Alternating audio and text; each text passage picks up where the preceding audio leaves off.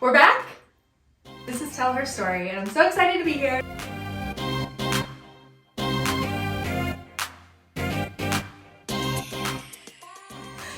We're gonna stop laughing long enough to start this video. Hi, I'm Adina.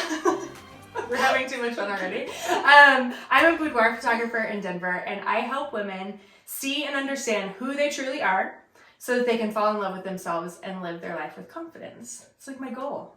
And why we are here, is I started a YouTube series called Tell Her Story.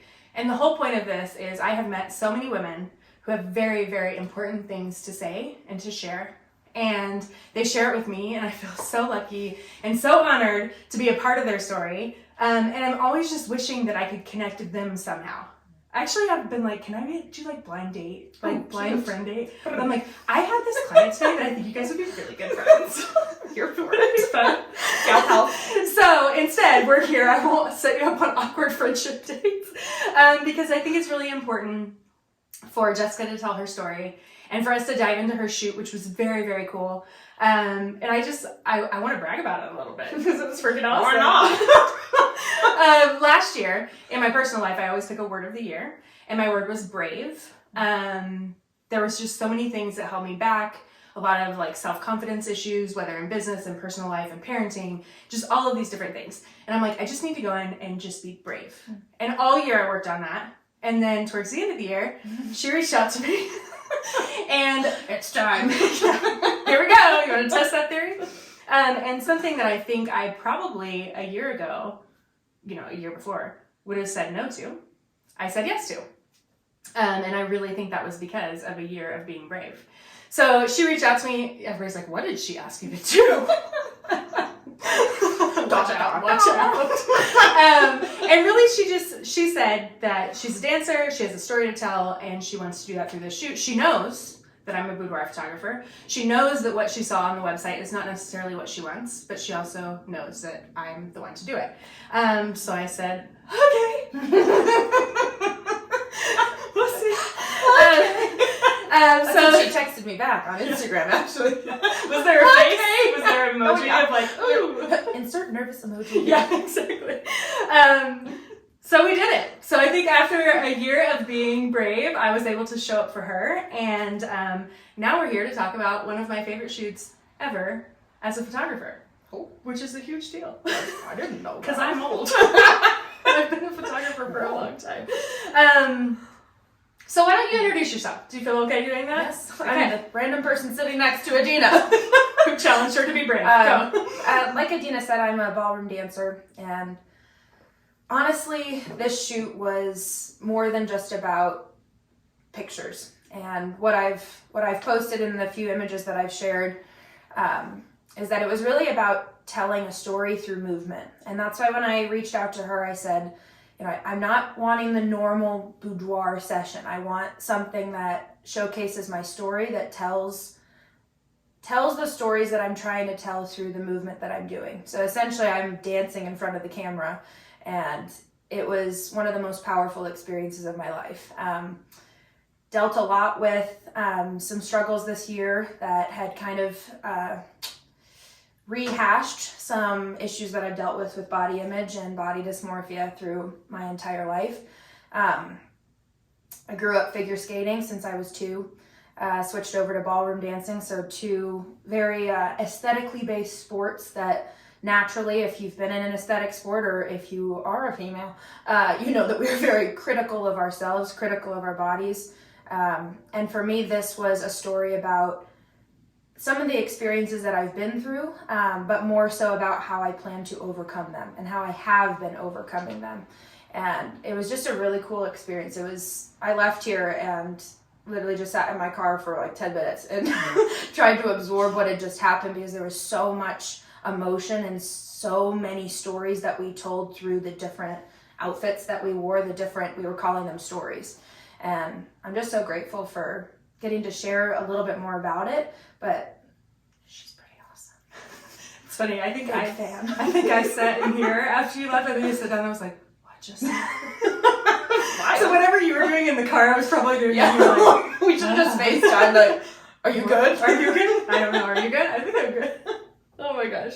Seriously, and it's so funny because like, I mean, I cried during the shoot. You know what I mean? And yet we sit here laughing about it because it was like, it bubbled up so much emotion and so many emotions. But in the end, it was so powerful. So powerful. Okay, so let's talk about the process of the Blush and Tease experience and why it was different having you walk through it. So I'll just talk about the process and how you showed up different, and you just interject anything you want in there. So obviously her reaching out was different because it wasn't just like, I want boudoir photos. It was like, hey, I want something completely different than what you do, but let's do it. Okay. So we always have a planning meeting. She showed up for her planning meeting early, of course, with homework done that I hadn't even given her yet. And I was like, oh, A+ student, I love her. We're very much alike in this way. And during her planning meeting, I mean, any of you who have worked with me know that we dive into a lot of emotions and like, why are we here? This is not just about pretty pictures. Although I can take pretty pictures of anybody I come across, like that's not what I want to do. I want to get to know you and find out what you need from this, what you need to see in yourself, and then walk you through that. So we dove into emotions, and it was hard. And I really believe that getting to know her on that level is what got us to that point of like trusting and vulnerability and all of these beautiful photos that were taken and this beautiful, powerful day. Is there anything that sticks out to you about the planning meeting?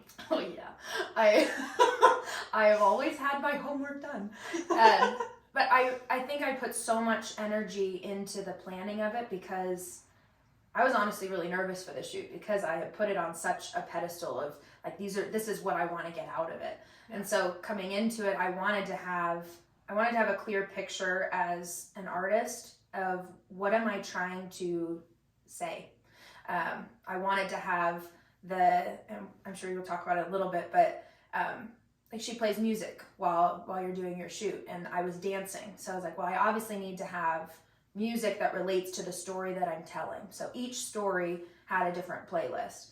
She's like, if you have your own music, you can bring that in. I was like, I already have 5 playlists, 1 hour each. And she was okay, you need to start thinking about what your words are. I was like, got it, already done. I knew when the words are what you want to see when you look at your images. So I already knew that, but I already knew from that planning meeting that it was going to be amazing because we were already in sync in what you have women come in to try and get out of it was exactly what I was trying to get out of it. I was just wearing a little bit more clothing than some of the women that come in, which I was like, that's awesome, but my dad's gonna see these, so we gotta make sure that Sal is okay with it. Like I'm cheering them on, but Yes. it's gonna look a little different for me. Right, and but you said something that stood out to me in that planning meeting, that you photograph souls, whether they're wearing a ball gown or whether they're wearing nothing. You're photographing a woman's soul. Yeah. And my word for this year, I do a word every year for my birthday, and this was my heart year. And so what I've really tried to do in everything that I've done, every area of my life, is whatever I'm doing, I want to show my heart. And that doesn't necessarily mean with skin, it can, but I don't need to show all of me to show my whole heart. Or maybe I do. Maybe I show more of me, but it's to display what I'm feeling and to display a story. And in that meeting, I just knew that we were going to be doing something really powerful just because we already were in sync. Yeah, for sure.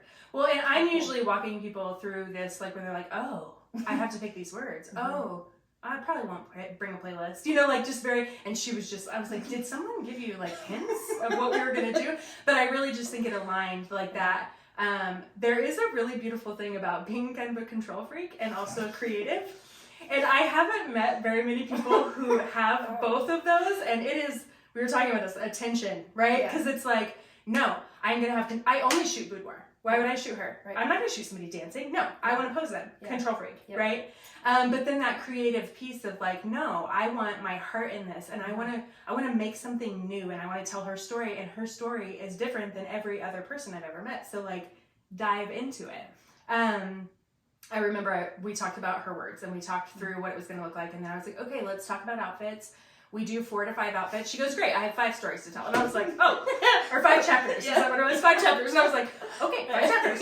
And so she told me what her outfits would look like. We talked a little bit about advice about how to work through them. But literally, it was like, she showed up and it was like, everything was already done. We just needed to connect and know what we were doing together. So the day of the shoot, she comes in and she's nervous. And I'm like, hold on a minute. Like, you have planned all of this. You know what songs are going to come on. I don't know what songs are going to come on. Like, I don't understand your outfits or what you're going to do when you move. I am completely out of my element. I'm nervous as can be. And she's nervous. So, okay, tell me what made you nervous that day. I really dove into it because I was like, why am I nervous? Like, this is something I'm doing for me. This should just be fun and light. I'm not competing. Like, there's no judges looking at me. No one can tell me what I'm doing is wrong. But it was because of the significance of what that shoot meant. Yeah. And I was so nervous that I wasn't going to be able to show my heart and to show what I wanted to show. Not because of anything that, like, the image was at the wrong. It was like, will I be able to go and to dive into these playlists and into the movement, and will my movement express what I'm trying to say? And I was nervous that I was going to fail in telling my story, which now that I'm saying that out loud is so silly because it's my story. So of course I'm going to be able to display it. But I wasn't nervous about hair and makeup. I wasn't like, I've been in front of thousands of people. Like, it wasn't even a nervousness about the photo shoot. It was a nervousness about, I wanted to make sure that my story was heard. Yeah. Well, and again, it goes back to that tension of creative and control, right? Yep. Because you were able to control everything up until that time, and then you had to give in to the creative side of it. And that part is so hard for us sometimes to be like, okay, you did the work. Right. Now just show up. Yeah. And like, what? Yeah. No, we don't have to do anything anymore? No, Right. no. My coach always says that this gets in the way, always. That as soon as you turn this off and you let this work and you let your heart do the talking, it's incredible what comes out. Even like some of my favorite images, I had of course planned like on my Pinterest board that I made Before we met. an inspiration for the shoot before we met. Don't categorize it yourself. Oh, I loved every second of it. It's ridiculous. It's so bad. Type A. Type AAA. And I already knew that like the pictures of other people. And so then I was like, well, is my body going to be able to do that? And my favorite images were images I didn't even see before I came in. Because they were caught in movement. And maybe it was, as a dancer, like I'm used to flowing from not just one picture pose to another. It's about the flow and the continuity of the movement. And so some of the pictures were actually in between positions, if that makes sense. So it was like caught in between, but they were so raw. And you talk about candid and some of the moments where you just would capture, whether it was with the light, it was just such a beautiful, it was like everything that needed to align did. Yeah. And all we had to do was trust the gifts and the passions that we've been given. Yeah. Yes. So she shows up, she's nervous, I'm nervous. I'm like, she wasn't supposed to be nervous. You know what I mean? I didn't tell her I was nervous. But, and I remember going in and looking at her outfits, and I always start to make a plan for the day. I actually didn't know which outfits really told which parts of her story. I kind of did, but I didn't quite understand it. I'm like, I think we need to start in this red outfit. And Tina, my hairstylist, came in and I was showing her everything, and I was like, I think we're going to start with some really basic boudoir poses to make me feel more comfortable. And she was like, no. She was like, you need to get her moving. And I was like, yes, Tina. Yeah, exactly. I was like, I don't wanna. And then I was like, no, you're right. Like, not if it goes wrong, we'll back up a little. But the second she put on her playlist and put on that red outfit and started moving, first of all, that chapter is called The Red Warrior. The Red Warrior, yeah. And I was a little scared of her. I was like, oh, okay. But she means business. Yeah, she came to life. And I got to be kind of just a fly on the wall, capturing her creativity and her movements are just so beautiful and so insane. And they told the story, like, I was like, what? And also a really cool piece of this is I saw that outfit, that chapter of her story, and I was like, oh, this is going to be an intense day. And then the next outfit we went to, which was her first chapter, right? Yeah. And it is called The Covering. Can you kind of explain that? Yeah, there were 5 chapters, and so you threw me off too because I know that was chapter 3. Type AAA was upset that we did not go in chronological order. But I was like, well, okay, we'll go with it. But I'm actually really glad I didn't know chronological order because I'm glad at how it worked out. But I would have been like, we have to take one first. Excuse me. Yeah, inside I'd screamed, yes. But we're good. So part one was the covering, which was essentially the start of really this year and what that was to me. I felt like I had something I was needing to be ashamed of, meaning my body. And I felt like I was moving and my heart was still present in my movement. But this, to kind of give you a little bit more detail, I was in just a nude like bodysuit, and I danced literally in the sheer curtains, and we hung shears from the ceiling, and I was dancing inside of a covered netting. And that was sort of how this year made me feel, was that my heart was still there, and I love to dance and I love what I do, but I felt like in some way I was being covered. Yeah. And you could still see my heart and you could still see my soul through the movement and even through the covering, but I didn't want it to just be me in the nude bodysuit. I wanted there to be something that was almost like a blurred version of me. Yeah. And so it required a lot of vulnerability because I wasn't wanting intensity in that part of the story yet. I was wanting to show that there was a hurt there. Yeah. But I also, played some of my favorite songs that I even danced to this past year competitively, because we get different songs every single time. So I've made a playlist for all of those songs that I've heard right while we're competing. And I said, I want to also kind of channel back into what it felt like when I was dancing to these songs. And so I was actually dancing parts of my routine or parts of something that I knew to music that was familiar. I was just covered. And that was a really emotional part of the story. So we went from the Red Warrior, chapter 3, which is like crazy. She watch out. That word was bold, and we accomplished that. Yeah. But that word was more soft, and I wanted to start to show my heart and my story. Yeah. And in all of this, I know a lot of what Jessica's went through, and we talked about that at the planning meeting, but I didn't know how these stories were all going to take place. So of course, like Red Warrior was what it was. And then when we went in there and she changed the playlist and she put that on and we hung the shears and we're laughing because it's like, they were hanging from the ceiling fan. You had me put them in my mouth. I did. One point I was like, put it in your mouth, because it's fine. It's creative. This is what we do. And when she started moving to that music, my heart it shattered, because I saw a woman who had the heart and knew the moves, and yet still was not able to be seen. Yeah.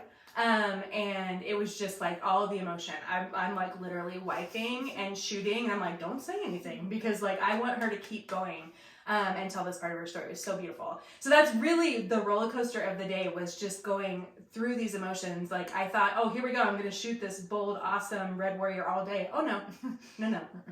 Every time we changed outfits, she showed me a different part of her story, which was so creative and so beautiful. And like I said, I just got to shoot it. And of course there were times I'm like, okay, you got to do that in front of the window. You got to do that again. Okay. That's like, this is why I hired her. And again. And again. Were you a little sore the next day? Oh my gosh, yes. Yeah. I work out all the time. I was like, I have never had a workout like that. You should start selling workout plans. Oh my gosh. So tell me, as you came into the shoot, having control of everything, getting nervous, and then kind of leaning into it and going, okay, this is what I wanted. I'm seeing the back of her camera. I'm going, okay, this is what I wanted. Where were like those elements of surprise that day that you were like, ooh, I wasn't expecting that? Was there anything that you weren't expecting? I didn't know what I looked like. Oh, yes. That was the point of this for me personally, was to see images of myself, and for the first time in my life to like actually love what I saw.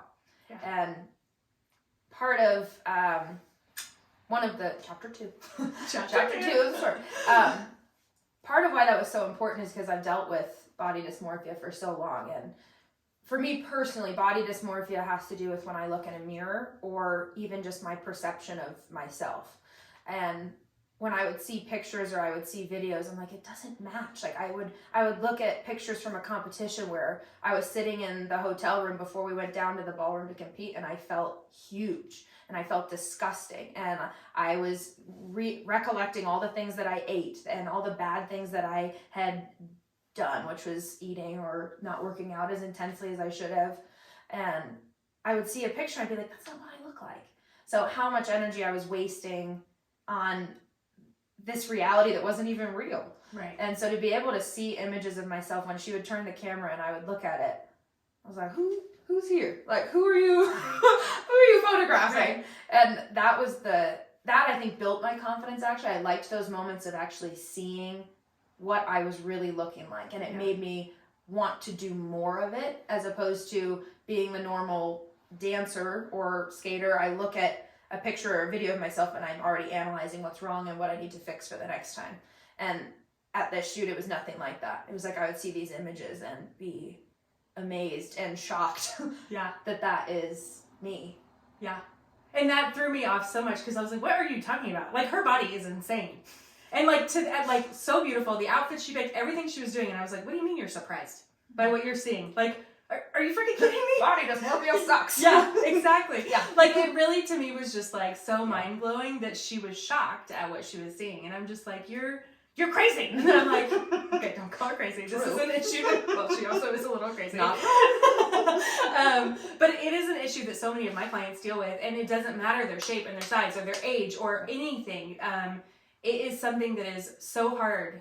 And I have never personally dealt with it. So to like work with women and be like, what? And I actually have really tried to incorporate video into my shoots a little bit, because people who feel that way, a lot of times will see their pictures later and go, what did you do to make me look like this? Right. And I'm like, nothing. You know, I put you in a safe space. That's what I did. Yep. And sure, bossed you around a lot. But also, like, I didn't do anything. Like, that is just you. And that's a hard connection, I think. I think during the shoot, you can, a lot of my clients can connect and go, whoa, like, that's me. And even later, they'll look at the pictures and still have to freaking battle that and go, wait, that's, no. And it's like, yes, it is. Yes, it is. I just want to. But any other places you were surprised during the shoot? Yeah. So at the end, I told her, now this is when the studio was a mess. I'd been rolling all over this floor that we are sitting on now. I had curtains in my mouth at one point. And at the end of it, she goes, are there any more images that you want to get? And we had talked in the planning meeting that anything is a go. Like, she allows you to, you capture our soul. So you can wear whatever that means, wear as much or as little as you want. And I was like, if I'm going to really want to appreciate my body and to see it for what it is, I said, these are going to be just for me, but I want you to take pictures of me as just me and nothing. And it was like two different people. So before the camera came out, I was like, by the way, how do you stand? How do you stand? I asked you one time, I said, how do you stand when you're naked? I didn't know what to do. But then so I played my playlist that was called The Freedom Found, which was the last chapter of my story. And that was not planned. This was not planned for that to be, those to be the images that were part of that story. And one of my favorite songs came on. It's a Lauren Daigle song. It's called Thank God I Do.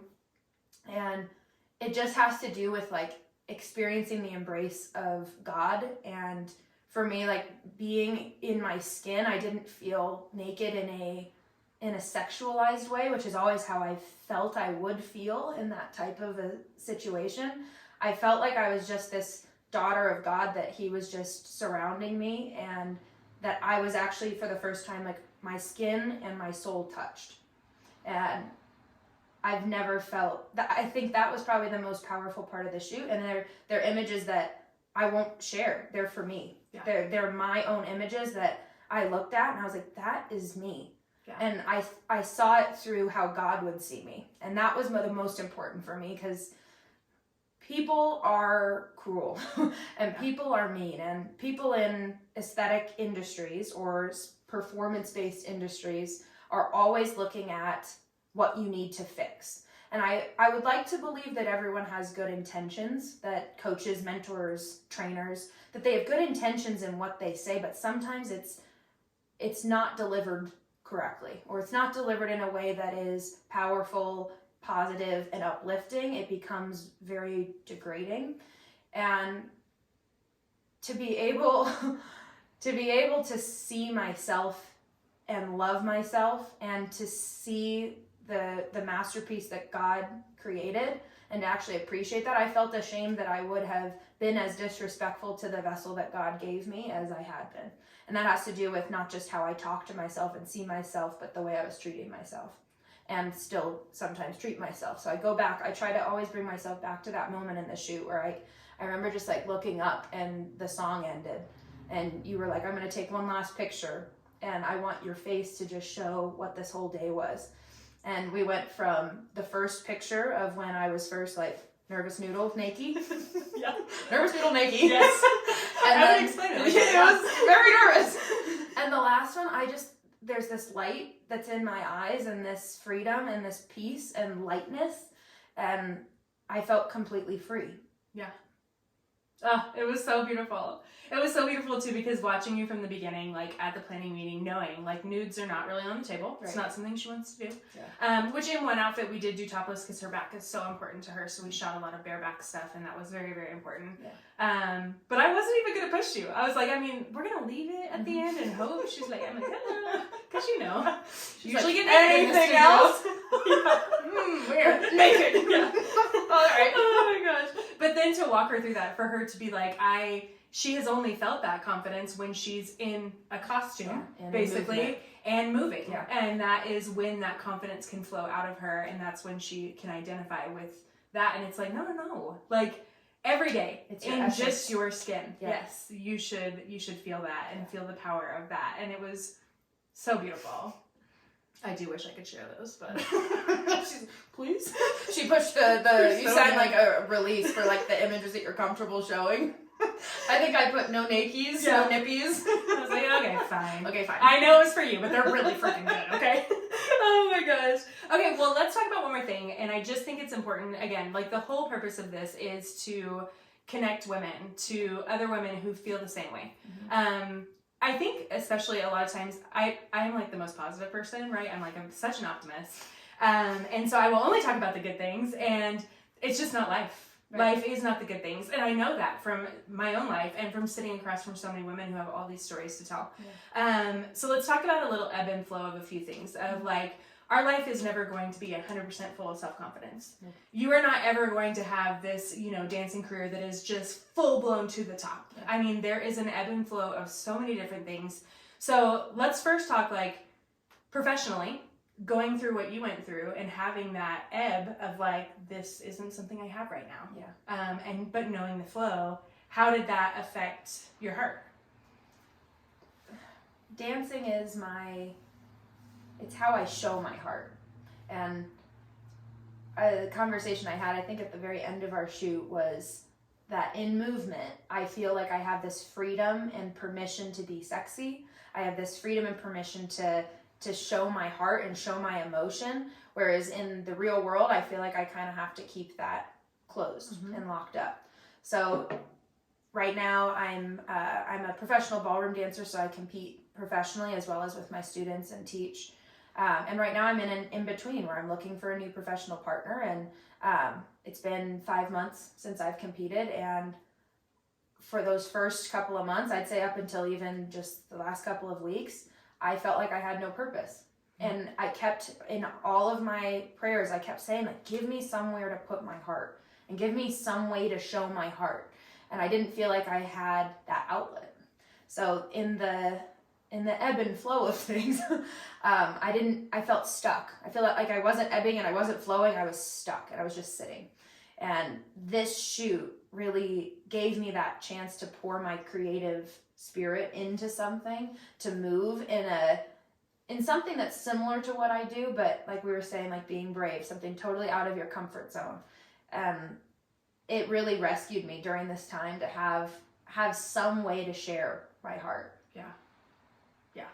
And then ebb and flow as far as self-love, self-confidence goes. Let's just talk about women in general, Oh, right? Yeah. And honestly, I think too, a lot of women lean into whether it's their job or the way that they do their workouts or their relationship, right? They depend on somebody else to give them that self-confidence. And I just want to teach loud and clear how to find that for yourself, because at any point, you know, God forbid, at any point, those things can be ripped away from you. Right. And for you to not have that self-love and that self-confidence, and it's a muscle. Yeah. And if you're not working it, it's just freaking gone. And the crazy thing is, I think I found more of it in this off season.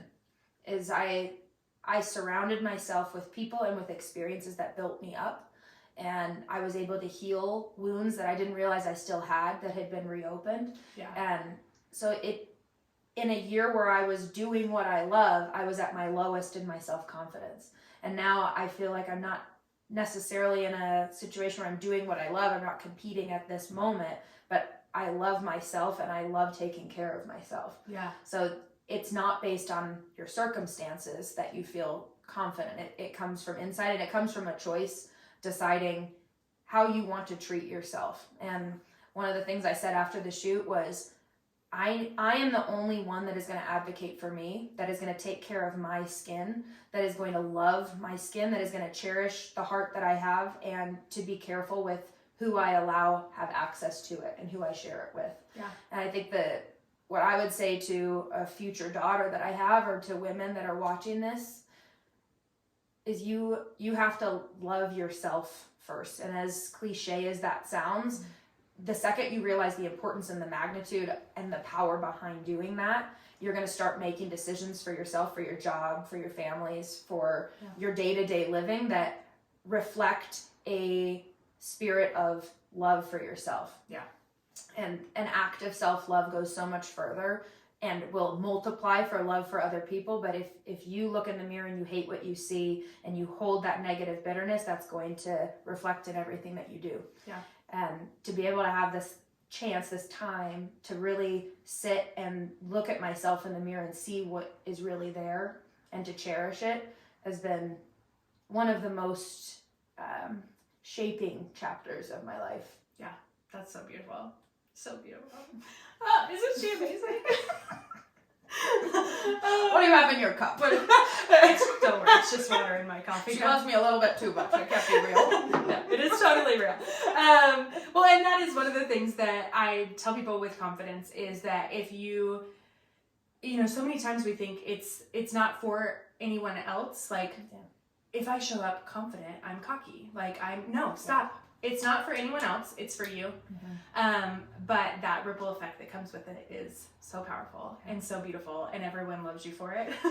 But it's work that you have to put in, and it's just not fun. No.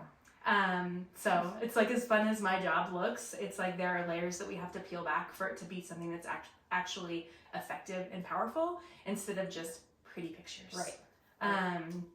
Okay, I will say one other thing, and then if you have anything to add, you can. But I'm so excited to tell this story and for you to tell your side of this and talk about body dysmorphia and talk about self-confidence, because I actually have a hard time with posting pictures and sharing things. I always am so careful about how everyone will feel when they see them. Does that make sense? So if I post a picture of someone who has an insanely athletic, gorgeous body, there are automatically comments of like, I want to be like that. I can never be like that. I can never look like that.